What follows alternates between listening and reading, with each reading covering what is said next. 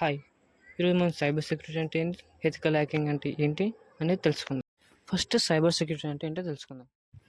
మనకు cyber criminals, cyber attackers ఏం చేస్తుంటారు, డివైజెస్ని అటాక్ చేసి డేటాని ఇది థెఫ్ట్ చేస్తూ ఉంటారు. ఎగ్జాంపుల్ తీసుకుంటే ఇప్పుడు సర్వర్ ఉంది. సర్వర్ని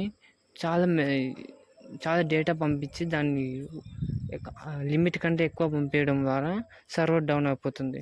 ఇలా చాలా అటాక్స్ నుంచి ఈ సైబర్ సెక్యూరిటీ అనేది ఆపుతుంది. ఇంకొక ఎగ్జాంపుల్ వచ్చేసి మనకు 2 డివైస్ కనెక్ట్ అయి ఉంటుంది.